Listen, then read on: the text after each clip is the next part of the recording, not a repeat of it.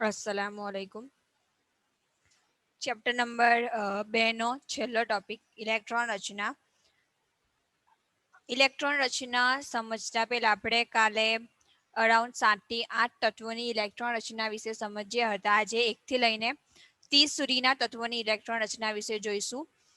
પણ એના પહેલા આપણા ચેપ્ટરની એક લાસ્ટ થિયરી છે કે પૂર્ણ બળાયેલ કક્ષકો અને અર્ધપૂર્ણ બળાયેલ કક્ષકોની સ્થાયીતા. બરાબર. તો આ જે થિયરી છે એ શું કહેવા માંગે છે કે જ્યારે કોઈ પણ કક્ષક, બરાબર, હવે કક્ષક તરીકે આપણી પાસે 4 કક્ષકો છે, એસ, પી, ડી અને એફ. બરાબર. આપણે એસ કક્ષકની વાત કરવાની નથી, આપણે કોની વાત કરવાની છે? પી, ડી અને એફ કક્ષક વિશે વાત કરવાની છે. આપણને ખબર છે કે જે પી કક્ષક છે, બરાબર, એ કેટલી છે? ટોટલ 3 છે. બરાબર. ડી કક્ષકની સંખ્યા કેટલી છે? 5 છે. અને એફ કક્ષકની સંખ્યા કેટલી છે? 7 છે. બરાબર. હવે એક કક્ષકની અંદર વધારેમાં વધારે કેટલા ઇલેક્ટ્રોન સમાઈ શકે? 2 ઇલેક્ટ્રોન. કાલે આપણે જોયું હતું કે કોઈ પણ કક્ષક હોય એ કક્ષકની અંદર વધારેમાં વધારે 2 ઇલેક્ટ્રોન સમાઈ શકે. બરાબર. અને બંને ઇલેક્ટ્રોનના સ્પિન પરસ્પર કેવા હશે? વિરુદ્ધ દિશામાં હશે. બરાબર. એક +1/2 સ્પિન હશે તો બીજાનો સ્પિન કેવો હશે? -1/2. હવે કોઈ પણ કક્ષક હોય, પી હોય, ડી હોય કે એફ હોય, બરાબર, આ કક્ષકો જ્યારે અર્ધપૂર્ણ ભરાયેલી હોય, અર્ધપૂર્ણ ભરાયેલી એટલે કે અડધી ભરાયેલી હોય, બરાબર, અથવા તો પૂર્ણ ભરાયેલી હોય, બરાબર, ત્યારે આ કક્ષકો સૌથી વધારે સ્થાયી હોય છે. બરાબર. હવે દાખલા તરીકે પી કક્ષક છે, બરાબર, આ પી કક્ષક છે, પીએક્સ, પીવાય અને પીઝેડ. બરાબર. દરેક કક્ષકની અંદર વધારેમાં વધારે એક ઇલેક્ટ્રોન સમાવી શકાય. બરાબર. ક્રમિક ઇલેક્ટ્રોનની ગોઠવણી કરવાની આપણે કીધું હતું કે ડાયરેક્ટ ઇલેક્ટ્રોન ગમે ત્યાં મૂકી દેવાના નહીં. પહેલી કક્ષકમાં, બીજી કક્ષકમાં અને ત્રીજી કક્ષકમાં. પછી 3 ઇલેક્ટ્રોન ભરાઈ જાય ત્યાર પછી ચોથો ઇલેક્ટ્રોન ફરી પાછો પીએક્સમાં આવશે, પછી પીવાયમાં જશે અને પછી પીઝેડમાં જશે. એ રીતે ઇલેક્ટ્રોનની ગોઠવણી કરવાની. બરાબર. હવે જે આ પી કક્ષક છે એ હમણાં અડધી ભરાયેલી છે. બરાબર. પી કક્ષકની જે કક્ષકો છે, બરાબર, એની સંખ્યા કેટલી છે? 3 પેટા કક્ષકો. અને એક કક્ષકમાં 2 ઇલેક્ટ્રોન ભરી શકાય તો 3 કક્ષકમાં વધારેમાં વધારે 3 × 6 ઇલેક્ટ્રોન ભરી શકાય. બરાબર. અત્યારે 3 ઇલેક્ટ્રોન છે, એનો અર્થ શું છે કે આ કક્ષક અર્ધપૂર્ણ ભરાયેલી છે. બરાબર. એ રીતે જો ડી કક્ષકની વાત કરીએ તો ડી કક્ષકમાં પણ 5 કક્ષકોની અંદર એક ઇલેક્ટ્રોન હોય. બરાબર. ડી કક્ષકમાં વધારેમાં વધારે 10 ઇલેક્ટ્રોન સમાઈ શકે. બરાબર. 5 × 10 ઇલેક્ટ્રોન. પણ જો 5 ઇલેક્ટ્રોન ડી કક્ષકની અંદર હોય તો એ કેવી કક્ષક કહેવાશે? અર્ધપૂર્ણ ભરાયેલી કક્ષક કહેવાશે. એ જ રીતે એફ કક્ષકની અંદર જો 7 ઇલેક્ટ્રોન હોય તો એ કક્ષક કેવી કહેવાશે? અર્ધપૂર્ણ ભરાયેલી કહેવાશે. તો જ્યારે કોઈ પણ કક્ષક અર્ધપૂર્ણ ભરાયેલી હોય અથવા તો પૂર્ણ ભરાયેલી હોય, પૂર્ણ ભરાયેલી એટલે કે પી ની અંદર 6 ઇલેક્ટ્રોન ભરાયેલા હોય, એવી જ રીતે ડી ની અંદર 10 ઇલેક્ટ્રોન ભરાયેલા હોય, તો તે વખતે કક્ષક સૌથી વધારે સ્થાયીતા ધરાવે છે. બરાબર. આ જે થિયરી છે એ ચેપ્ટરના એન્ડમાં છે, પરંતુ આપણે પહેલા એટલા માટે ભણી લીધી કારણ કે જ્યારે આપણે ઇલેક્ટ્રોન રચના જોઈશું તે વખતે આ થિયરીનો ઉપયોગ થશે. બરાબર. ફરીથી રિપીટ કરું છું, ધ્યાન રાખો. પી, ડી અને એફ કક્ષકો વિશે વાત કરવાની છે. જ્યારે આ કક્ષકો અર્ધપૂર્ણ કે પૂર્ણ ભરાયેલી હોય ત્યારે સૌથી વધારે સ્થાયીતા ધરાવે છે. પી કક્ષકની સંખ્યા કેટલી છે? 3 છે, ડી ની 5 અને એફ ની 7. બરાબર. દરેક કક્ષકમાં વધારેમાં વધારે 2 ઇલેક્ટ્રોન સમાવી શકાય. બરાબર. ધારો કે આ એક કક્ષક છે, પી એમ 3 કક્ષક ધરાવે છે. બરાબર. 3 પેટા કક્ષકો ધરાવે છે. હવે આ જે કક્ષક છે, બરાબર, એક કક્ષક વધારેમાં વધારે 2 ઇલેક્ટ્રોન ધરાવે, તો જે 3 કક્ષક છે વધારેમાં વધારે 6 ઇલેક્ટ્રોન ધરાવશે. તો જ્યારે પી કક્ષક 3 ઇલેક્ટ્રોન ધરાવે અથવા તો 6 ઇલેક્ટ્રોન ધરાવે, બરાબર, ડી કક્ષક છે એ 5 ઇલેક્ટ્રોન ધરાવે અથવા તો 10 ઇલેક્ટ્રોન ધરાવે, એફ કક્ષક છે એ 7 ઇલેક્ટ્રોન ધરાવે અથવા તો 14 ઇલેક્ટ્રોન ધરાવે. અર્થાત કે દરેક કક્ષક જો અડધી ભરાયેલી હોય અથવા તો ઇલેક્ટ્રોન દ્વારા સંપૂર્ણપણે ભરાયેલી હોય ત્યારે તે કક્ષકો સૌથી વધારે સ્થાયીતા ધરાવે છે. બરાબર. હવે આપણે આગળ વધીએ. ઇલેક્ટ્રોન રચના તરફ.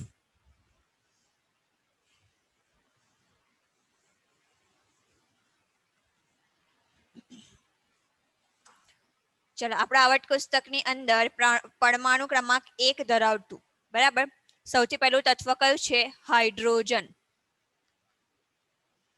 બરાબર Z બરાબર 1 અહીંયા મેં Z ની કિંમત લખેલી છે બરાબર Z બરાબર 1 Z બરાબર 1 એટલે કે પરમાણુ ક્રમાંક 1 ધરાવતું પહેલું તત્વ કયું છે હાઇડ્રોજન અર્થાત શું થશે કે એની પાસે એટલે કે હાઇડ્રોજનની પાસે એક ઇલેક્ટ્રોન અને એક પ્રોટોન છે બરાબર હવે હાઇડ્રોજન પાસે એક જ ઇલેક્ટ્રોન છે એટલે સૌથી પહેલો ઇલેક્ટ્રોન ક્યાં જશે 1s કક્ષકમાં જશે બરાબર અને શું ઇલેક્ટ્રોન રચના આવશે 1s1 બરાબર કાલે મેં તમને ઇલેક્ટ્રોન રચના કેવી રીતે યાદ રાખવી એના બે ડાયાગ્રામ અહીંયા આપણે દોરેલા હતા બરાબર એક જે બુકમાં હતો તે અને એક જે મેં પિરામિડ સ્વરૂપે તમને દોરીને બતાવેલો તે બરાબર એની ઉપરથી તમારે આખી ઇલેક્ટ્રોન રચના લખી દેવાની 1s 2s 2p 3s 3p 4s 3d બરાબર અને પછી તમારે એને યાદ રાખી લેવાની એટલીસ્ટ અહીંયા સુધી તમને આવડવું જોઈએ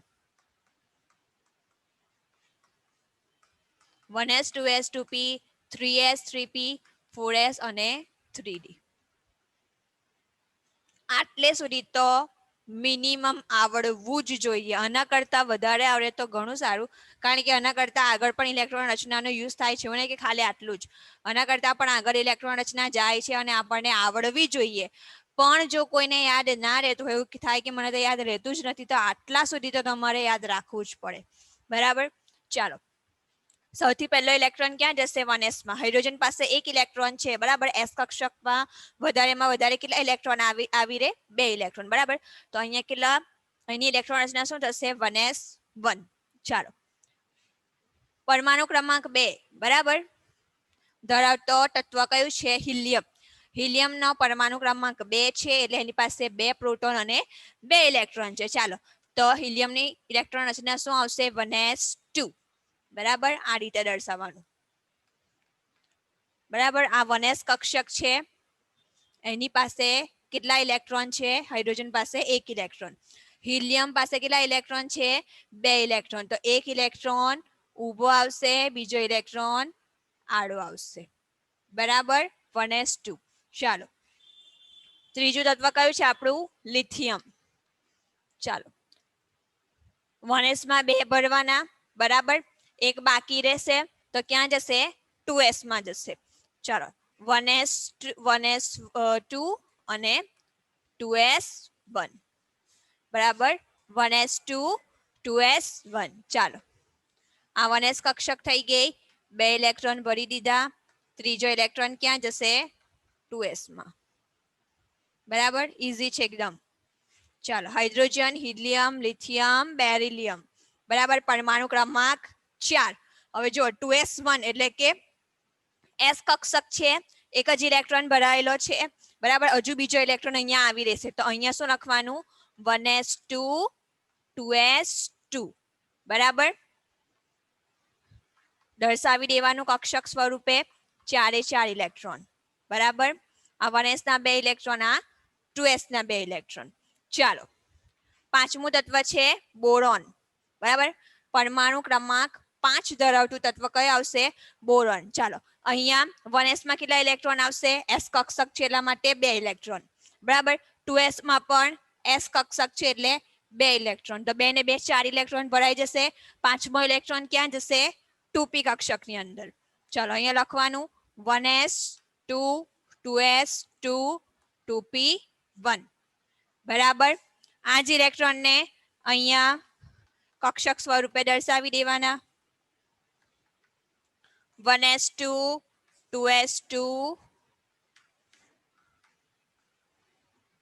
2p1 હંમેશા યાદ રાખો કે જ્યારે 2p કક્ષકો દર્શાવો ને એટલે 3 ખાના જ પાડવાના ડી કક્ષક દર્શાવો ને એટલે 5 ખાના પાડવાના એવું નહીં કે 2p કક્ષકની અંદર જો એક જ ઇલેક્ટ્રોન હોય તો આપણે 2px લખીને માત્ર એક જ ખાનું બતાવવાનું બરાબર એવું કરવાનું નહીં જ્યારે પણ તમે 2p કક્ષક દોરો એટલે 3 ખાના દર્શાવવાના જ જ્યારે પણ ડી કક્ષક દોરો ત્યારે 5 ખાના દર્શાવવાના અને f કક્ષક દોરો ત્યારે 7 ખાના દર્શાવવાના બરાબર છે ચાલો પરમાણુ ક્રમાંક 6 ધરાવતું તત્વ છે કાર્બન. બરાબર. પહેલા 1s માં જશે 2 ઇલેક્ટ્રોન, બીજા 2s માં જશે 2 ઇલેક્ટ્રોન અને 2p ની અંદર 2 ઇલેક્ટ્રોન જશે. બરાબર. એ રીતે 6 ઇલેક્ટ્રોન ભરાઈ જશે. ઇલેક્ટ્રોન રચના શું આવશે? 1s2 2s2 2p2. બરાબર. જો ઉપરનું બધું નીચે રિપીટર થાય છે, ખાલી એક એક ઇલેક્ટ્રોન વધારાનો ઉમેરવાનો છે, બીજું કઈ છે નહીં આમાં. બરાબર. બધાની અંદર એક એક ઇલેક્ટ્રોન વધારાનો ઉમેરાય છે, જેમ જેમ પરમાણુ ક્રમાંક એક એક કરીને વધે છે તેમ તેમ.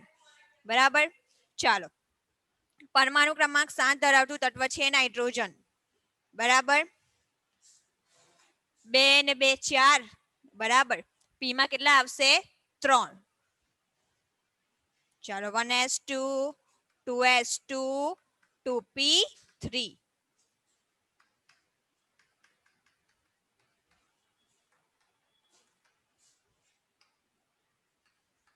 હવે જો અહીંયા પી કક્ષક છે એ અડધી ભરાઈ ગઈ છે. બરાબર. પી કક્ષકની અંદર વધારેમાં વધારે કેટલા ઇલેક્ટ્રોન આવી રહે? 6 ઇલેક્ટ્રોન આવી રહેશે. અહીંયા 3 ઇલેક્ટ્રોન છે એટલે અડધી ભરાયેલી છે. તો આ પી કક્ષક કેવી છે? સ્થાયી છે. બરાબર. અર્ધપૂર્ણ ભરાયેલ કક્ષકો કેવી હોવી જોઈએ? સૌથી વધારે અર્ધપૂર્ણ કક્ષક ભરાયેલો કેવી હોય? સૌથી વધારે સ્થાયી હોય. તો અહીંયા પી કક્ષક કેવી છે? સ્થાયી છે. ચાલો, પરમાણુ ક્રમાંક 8 ધરાવતું તત્વ ઓક્સિજન. 1s2 2s2 2p4. બરાબર. જ્યાં સુધી 6 ઇલેક્ટ્રોન પી કક્ષકમાં ના થાય ત્યાં સુધી પી કક્ષકની અંદર આપણે એક એક ઇલેક્ટ્રોન ઉમેરતા રહેવાનું. બરાબર. 2p1 2p2 2p3 2p4 2p5 2p6. બરાબર. એક એક ઇલેક્ટ્રોન પી કક્ષકમાં ઉમેરતા રહેવાનું જ્યાં સુધી પી કક્ષકની અંદર 6 ઇલેક્ટ્રોન ના થાય ત્યાં સુધી. બરાબર. ચાલો, ચિતાર દોરીએ. 1s ના 2 ઇલેક્ટ્રોન, 2s ના 2 ઇલેક્ટ્રોન અને 2p ના 4 ઇલેક્ટ્રોન. 4 ઇલેક્ટ્રોન કેવી રીતે ભરવાના? પહેલો એક ઇલેક્ટ્રોન 2p માં જશે, 2px માં જશે, બીજો 2py માં, ત્રીજો 2pz માં. હજુ એક ઇલેક્ટ્રોન બાકી છે, એ ક્યાં આવશે? વળી પાછો 2px માં. બરાબર. ચાલો, પરમાણુ ક્રમાંક 9 ધરાવતું તત્વ કયું છે? ફ્લોરિન. ચાલો, અહીંયા 2p4 હતા, હવે શું થઈ જશે? 2p5. પી કક્ષકની અંદર એક એક ઇલેક્ટ્રોન ઉમેરતા રહેવાનું. 1s2 2s2 2p5. બરાબર. 2s ના 2 ઇલેક્ટ્રોન, 2p ના 2 ઇલેક્ટ્રોન અને 2s ના 2 ઇલેક્ટ્રોન અને 2p માં 5 ઇલેક્ટ્રોન. ચાલો, પહેલો ઇલેક્ટ્રોન, બીજો ઇલેક્ટ્રોન, ત્રીજો, ચોથો અને પાંચમો. બરાબર. પરમાણુ ક્રમાંક 10 ધરાવતું તત્વ શું છે? નિયોન. બરાબર. નિયોન એ શું કહેવાય છે? એક ઉમદા તત્વ છે. બરાબર. શા માટે? કારણ કે એની જે ઇલેક્ટ્રોન રચના છે, બરાબર, એ આદર્શ વાયુઓ જેવી ઇલેક્ટ્રોન રચના છે. બરાબર. એકદમ સ્ટેબલ છે એની ઇલેક્ટ્રોન રચના. શા માટે? જો અહીંયા નિયોનનો પરમાણુ ક્રમાંક 10 છે, એટલા માટે અહીંયા 2p6 થઈ જશે. બરાબર. એક ઇલેક્ટ્રોન વધ્યો તો પી કક્ષક છે એ સંપૂર્ણપણે કેવી થઈ જશે? ભરાઈ જશે. એટલા માટે નિયોન કેવો છે? સ્ટેબલ તત્વ છે. ચાલો, 1s2 2s2 2p6. 1s ના 2 ઇલેક્ટ્રોન, 2s ના 2 ઇલેક્ટ્રોન અને 2p માં 6 એ 6 ભરી દેવાના. બરાબર. 1 થી 10 સુધીના તત્વોની ઇલેક્ટ્રોન રચના થઈ ગઈ છે. આવી જ રીતે 11 થી 20 અને 21 થી 30 સુધીના તત્વોની ઇલેક્ટ્રોન રચના જોઈએ. ચાલો, પરમાણુ ક્રમાંક 11 ધરાવતું તત્વ કયું છે? સોડિયમ. બરાબર.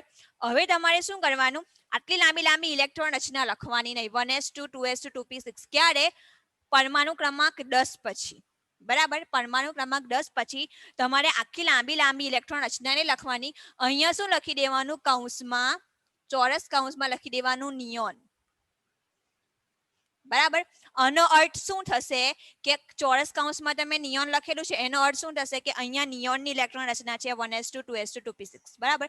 તમારે આખું 1s2 2s2 2p6 લખવાની જરૂર નથી, ખાલી કૌંસમાં નિયોન લખી દેવાનું. બરાબર. ત્યાર પછી નિયોનના કેટલા ઇલેક્ટ્રોન છે કે ભાઈ 10 ઇલેક્ટ્રોન છે બરાબર. નિયોનનો પરમાણુ ક્રમાંક 10 છે એટલા માટે નિયોનના 10 ઇલેક્ટ્રોન છે. હવે 11 માંથી 10 ઇલેક્ટ્રોન તો નિયોનના છે એટલે 11 ઇલેક્ટ્રોન તો ભરાઈ ગયા. સોરી 10 ઇલેક્ટ્રોન તો ભરાઈ ગયા. 11મો ઇલેક્ટ્રોન હવે અહીંયા 3s માં દાખલ થશે બરાબર. જો s ના 2 ભરાઈ ગયા, 1s ના 2 ભરાઈ ગયા, 2s ના 2 ભરાઈ ગયા બરાબર. 4 ઇલેક્ટ્રોન થઈ ગયા. 2p માં 6 ઇલેક્ટ્રોન ભરાઈ ગયા બરાબર. આ ઇલેક્ટ્રોન રચના કોની છે તો કે ભાઈ નિયોનની છે એટલે બેઠા નિયોન અહીંયા લખી દેવાનું. આનો અર્થ શું થઈ ગયું 1s2 2s2 2p 6 એટલે 10 ઇલેક્ટ્રોન ભરાઈ ગયા 11 માંથી. એક ઇલેક્ટ્રોન વધ્યો એ ક્યાં જશે 3s માં જશે બરાબર. તો અહીંયા કૌંસમાં શું લખી દેવાનું નિયોન 3s1 બરાબર. એ જ રીતે સોરી પરમાણુ ક્રમાંક 12 ધરાવતું તત્વ કયું છે મેગ્નેશિયમ બરાબર. હવે મેગ્નેશિયમ પાસે કેટલા ઇલેક્ટ્રોન છે 12 ઇલેક્ટ્રોન છે. તો અહીંયા બેઠું નિયોન લખી દેવાનું એટલે 10 ઇલેક્ટ્રોન થઈ ગયા. 12 માંથી 10 ઇલેક્ટ્રોન આપણે મૂકી દીધા વધ્યા 2 બરાબર. s કક્ષકમાં હજુ જગ્યા છે. s પાસે વધારેમાં વધારે 2 ઇલેક્ટ્રોન રહી શકે બરાબર. s પાસે હજુ જગ્યા છે તો અહીંયા શું લખી દેવાનું 3s2. તો આ 10 ને આ 2 12 ઇલેક્ટ્રોન બરાબર. ચાલો પરમાણુ ક્રમાંક 13 ધરાવતું તત્વ છે એલ્યુમિનિયમ બરાબર. ફરી પાછું એ જ લખવાનું અહીંયા નિયોન એટલે 13 માંથી 10 ઇલેક્ટ્રોન તો અહીંયા નિયોન સ્વરૂપે આપણે લખી દીધા. આ કૌંસનો અર્થ શું થશે 1s2 2s2 2p 6 જે નિયોનની ઇલેક્ટ્રોન રચના છે તે બરાબર. 3 ઇલેક્ટ્રોન હવે વધ્યા આપણી પાસે. હવે 3 ઇલેક્ટ્રોનને અહીંયાથી ભરવાની શરૂઆત કરવાની. s ની અંદર 2 ઇલેક્ટ્રોન આવશે અને p ની અંદર 1 ઇલેક્ટ્રોન આવશે બરાબર. તો અહીંયા શું લખવાનું 3s2 3p1. અને ઇલેક્ટ્રોન આવી રીતે જો તમારે દર્શાવવું હોય તો કેવી રીતે દર્શાવવાનું કૌંસમાં નિયોન લખી દેવાનું 3s ના 2 ઇલેક્ટ્રોન અને 3p માં 1 ઇલેક્ટ્રોન બરાબર. ચાલો એલ્યુમિનિયમ પછી આવશે સિલિકોન. ચાલો લખી દેવાનું નિયોન 3s2 3p2. હવે અહીંયા p કક્ષકમાં એક પછી એક ઇલેક્ટ્રોન દાખલ કરતા લેવાનું 3p1 3p2 3p3 3p4 3p5 3p6 સુધી બરાબર. p ની અંદર વધારેમાં વધારે 6 ઇલેક્ટ્રોન રહી શકે એટલા માટે અહીંયા આપણે ખાલી p કક્ષકની અંદર એક એક ઇલેક્ટ્રોન એડ કરતા રહેવાનું. જો સિમિલર જ છે એકદમ કઈ જ નવું નથી બરાબર. ચાલો sodium magnesium aluminium silicon phosphorus neon 3s2 3p3 બરાબર. કક્ષકોમાં ઇલેક્ટ્રોન દર્શાવી દો. p માં 3 ઇલેક્ટ્રોન ક્રમિક ઇલેક્ટ્રોનની ગોઠવણી બરાબર. ફોસ્ફરસ સલ્ફર પાસે કેટલા ઇલેક્ટ્રોન હોય 16. 16 માંથી 10 અહીંયા લખી દીધા. ચાલો 3s માં 2 એટલે 12 થઈ ગયા અને 3p માં અહીંયા કેટલા છે 3 15 હતા અહીંયા 3p4 લખી દેવાનું તો કેટલા થઈ જશે 16 બરાબર. ચાલો p ની અંદર 4 ઇલેક્ટ્રોન દર્શાવવાના 1 2 3 અને 4 બરાબર. ચાલો પરમાણુ ક્રમાંક 17 ધરાવતું તત્વ કયું છે ક્લોરીન બરાબર. લખી દેવાનું અહીંયા નિયોન 3s2 3p5 બરાબર. ચાલો s ના 2 ઇલેક્ટ્રોન અને p માં 5 ઇલેક્ટ્રોન 1 2 3 4 અને 5 બરાબર. પરમાણુ ક્રમાંક 18 ધરાવતું તત્વ આર્ગન બરાબર. ચલો નિયોન 3s2 3p6 બરાબર. હવે p કક્ષક અહીંયા ભરાઈ ગઈ બરાબર. p કક્ષક અહીંયા ભરાઈ જશે સંપૂર્ણપણે. હવે p પાસે p ની અંદર આપણે વધારે ઇલેક્ટ્રોન ભરી શકીએ નહીં.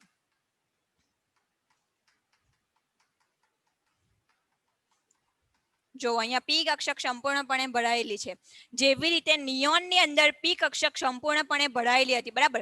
બધી જ કક્ષકો સંપૂર્ણપણે ભરાયેલી હતી એવી જ રીતે આર્ગનની અંદર પણ બધી જ કક્ષકો સંપૂર્ણપણે ભરાયેલી છે.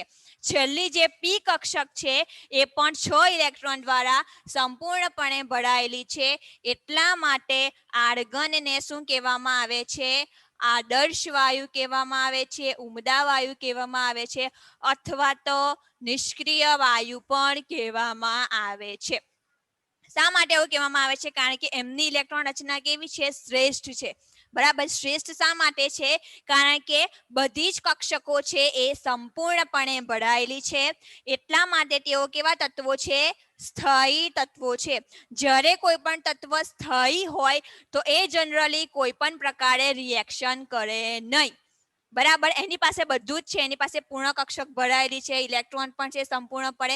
તો નથી એને ઇલેક્ટ્રોન લેવાની જરૂર કે નથી એને ઇલેક્ટ્રોન દેવાની જરૂર. બરાબર. તો એ કેવો છે? સ્ટેબલ છે. એ કોઈની સાથે જલ્દીથી રિએક્શન કરશે નહીં. એટલા માટે એમને શું કહેવામાં આવે છે? નિષ્ક્રિય તત્વો. બરાબર. ક્લિયર થઈ ગયું કે ભાઈ આર્ગન છે, નિયોન છે, અથવા તો બીજા બધા આપણે જ્યારે 3rd ચેપ્ટર ભણીશું તે વખતે આખી શ્રેણી ભણીશું આની. બરાબર. જે પણ ઉમદા વાયુ તત્વો છે અથવા તો જે પણ નિષ્ક્રિય તત્વો છે, બરાબર, એ શા માટે પ્રક્રિયા નથી કરતા બીજા કોઈ પણ તત્વો સાથે? કારણ કે એ લોકોની ઇલેક્ટ્રોન રચના કેવી છે? શ્રેષ્ઠ છે. બરાબર. નથી એમને ઇલેક્ટ્રોન આપવાની જરૂર કે નથી લેવાની જરૂર. એમની પાસે સંપૂર્ણપણે જેટલા જોઈએ એટલે ઇલેક્ટ્રોન છે, એમની કક્ષકો સંપૂર્ણપણે ભરાયેલી છે. બરાબર. એટલા માટે તેઓ જલ્દીથી બીજા તત્વો સાથે પ્રક્રિયા કરતા નથી. એટલા માટે એને શું કહેવામાં આવે છે? નિષ્ક્રિય તત્વો કહેવામાં આવે છે. બરાબર. હવે આપણે શું કરીશું? જેવી રીતે નિયોન દર્શાવતા હતા, બરાબર, 11 થી લઈને 18 સુધી આપણે આખી ઇલેક્ટ્રોન રચના ના લખતા હતા. 1s2 2s2 2p6 3s2 3p6 આપણે ખાલી નિયોન લખી દેતા હતા. હવે આપણે 19મા તત્વથી શું કરીશું? નિયોનની જગ્યા પર આર્ગન લખીશું. શું લખીશું? નિયોનની જગ્યા પર આર્ગન લખીશું. તો 19મું તત્વ છે પોટેશિયમ, કૌંસમાં લખવાનું આર્ગન. એનો અર્થ શું થશે? કે તમે અહીંયા 18 ઇલેક્ટ્રોન દર્શાવી દીધા. બરાબર. તમારે હવે 18 ઇલેક્ટ્રોન દર્શાવી દીધા તો 19 માંથી 18 ઇલેક્ટ્રોન દર્શાવ્યા તો 1 ઇલેક્ટ્રોન દર્શાવવાનો બાકી રહ્યો. હવે જો 3s2 3p6 અહીંયા સુધી આપણે ઇલેક્ટ્રોન ભરી દીધા છે. બરાબર. કેટલા ઇલેક્ટ્રોન? 18 ઇલેક્ટ્રોન. બરાબર. આર્ગન ઇલેક્ટ્રોન રચના 18 છે. ક્યાં સુધીની? 3p6 સુધીની. બરાબર. તો અહીંયા સુધી આપણે 18 ઇલેક્ટ્રોન ભરી દીધા છે. હવે આ 19મો જે ઇલેક્ટ્રોન છે એ ક્યાં જશે? 4s માં જશે. બરાબર. તો અહીંયા શું લખવાનું? Argon 4s1. બરાબર. 20મું તત્વ છે કેલ્શિયમ. અહીંયા પર લખી દેવાનું આર્ગન 4s2. બરાબર. s ની અંદર 2 ઇલેક્ટ્રોન હોય, યાદ રાખવાનું. ચાલો હવે આપણે જઈએ 21 થી 30 પર. પરમાણુ ક્રમાંક 21 થી 30 સુધીના તત્વોને 30 તત્વોની જે શ્રેણી છે, બરાબર, શ્રેણી એટલે કે 21 થી 30 સુધીના જે 10 તત્વો છે એ 10 તત્વોની શ્રેણીને શું કહેવામાં આવે છે? સંક્રાંતિ શ્રેણી કહેવામાં આવે છે. હવે એમને સંક્રાંતિ શ્રેણી કેમ કહેવામાં આવે છે એનું કારણ શું છે આપણે 3જા ચેપ્ટરમાં ભણીશું, પણ અમને તમારી જાણ માટે મેં કીધું છે. બરાબર. ચાલો, એક પરમાણુ ક્રમાંક 21 ધરાવતું તત્વ છે સ્કેન્ડિયમ. એક વસ્તુ ધ્યાન રાખજો, આ બધા જ તત્વોના નામ પરમાણુ ક્રમાંકની સાથે તમારે યાદ કરવાના રહેશે. 1 થી 10 પહેલા યાદ રાખો, 11 થી 20 અને પછી 21 થી 30. બરાબર. 1 થી 30 સુધીના તત્વો પરમાણુ ક્રમાંકની સાથે તેમના નામ યાદ રાખવાના. બરાબર. ચાલો, પરમાણુ ક્રમાંક 21 ધરાવતું તત્વ છે સ્કેન્ડિયમ.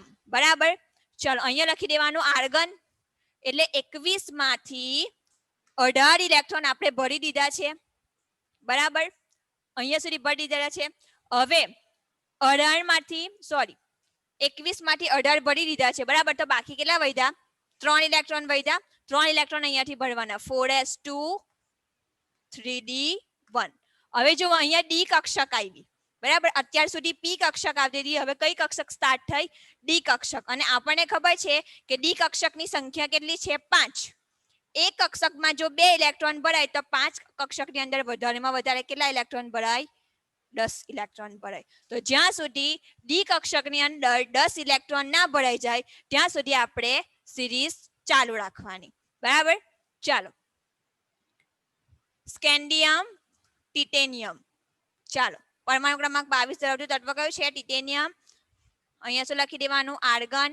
એટલે 22 માંથી 18 આપણે અહીંયા ભરી દીધા. શું આવશે? 4s2 3d2. બરાબર. હવે અહીંયા 1 2 3 4 કન્ટિન્યુ રાખવાનું. ચાલો હવે જો અહીંયા હું 4s કક્ષકને નહીં બતાવું, ખાલી 3d કક્ષકને જ બતાવીશ. બરાબર. ધારો કે આ ડી કક્ષક છે, હું આ ભૂસી નાખું છું. બરાબર. કારણ કે અહીંયા ઇલેક્ટ્રોન રચનામાં થોડોક ફેરફાર થશે. કયો ફેરફાર થશે ધ્યાનથી જોજો. હું આ ભૂસી નાખું છું. બરાબર.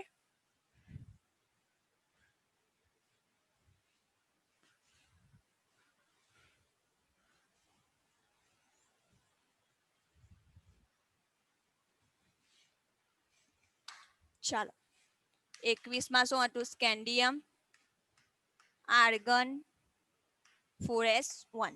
બરાબર. 22 ટિટેનિયમ, આર્ગન, 4s2.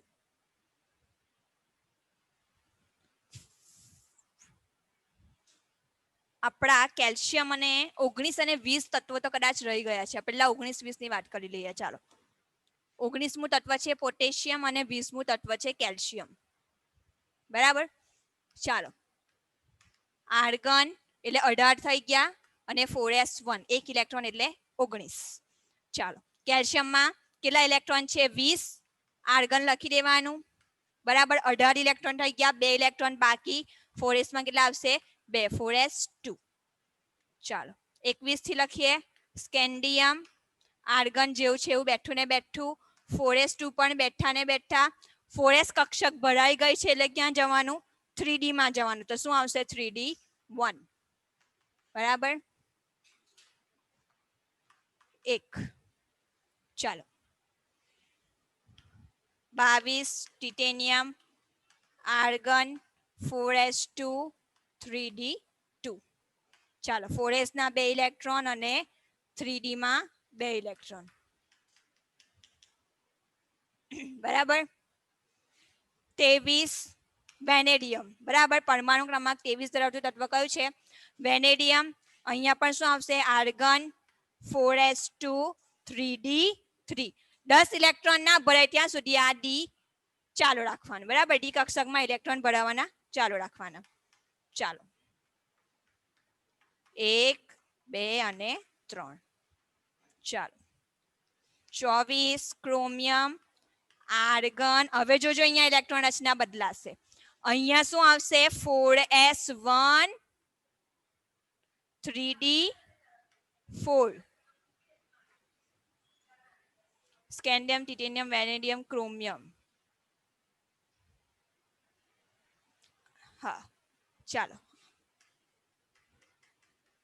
અહીંયા 1 ઇલેક્ટ્રોન અને અહીંયા 5 ઇલેક્ટ્રોન.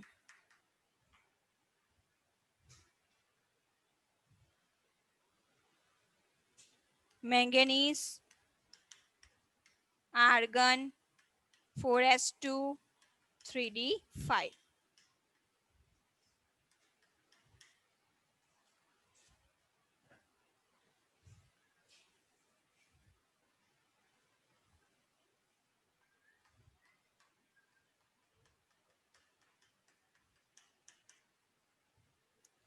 ચાલો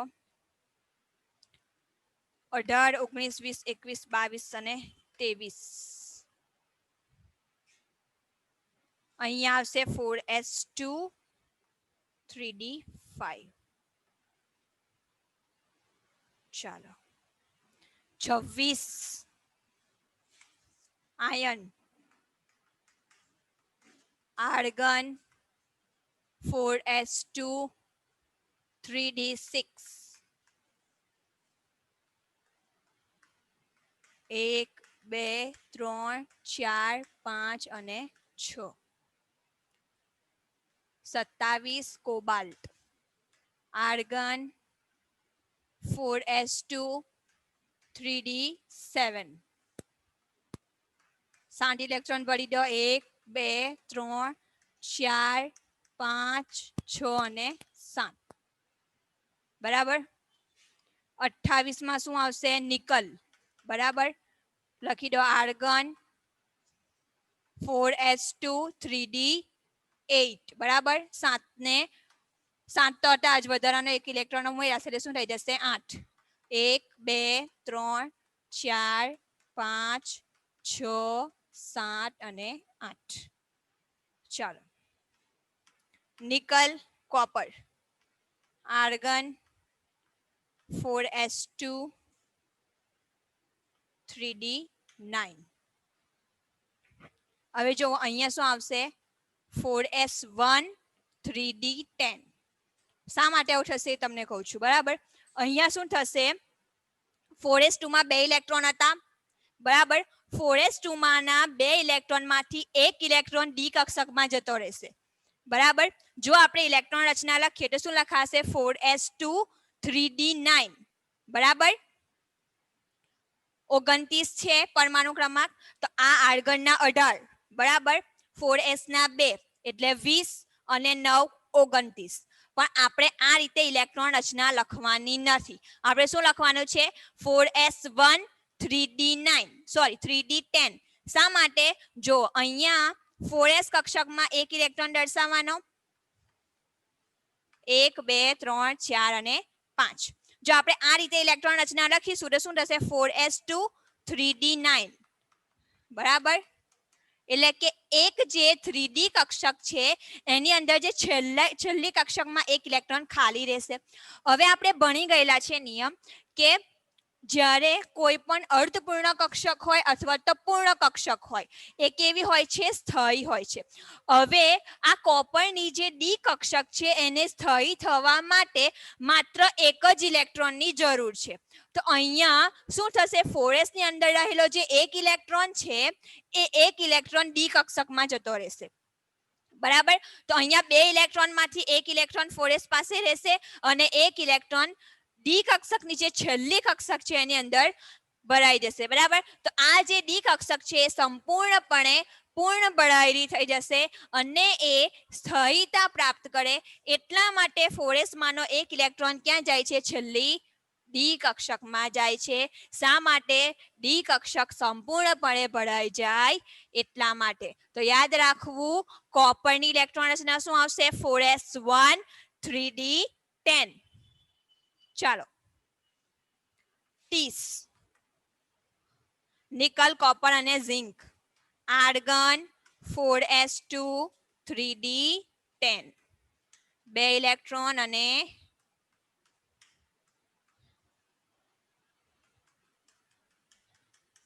દસે 10 ઇલેક્ટ્રોન દર્શાવી દેવાના ડીના બરાબર ચાલો યાદ રાખવું હંમેશા પૂર્ણ ભરાયેલ કક્ષકો અને અર્ધપૂર્ણ ભરાયેલ કક્ષકો કેવી હોય છે સ્થાયી હોય છે એટલા માટે આપણે શું કર્યું આર્ગનનો સોરી કોપરની અંદર 4s નો જે ઇલેક્ટ્રોન હતો એ ક્યાં નાખી દીધો 3d માં એવી જ રીતે આપણે અહીંયા પણ કરેલું છે જુઓ ક્રોમિયમની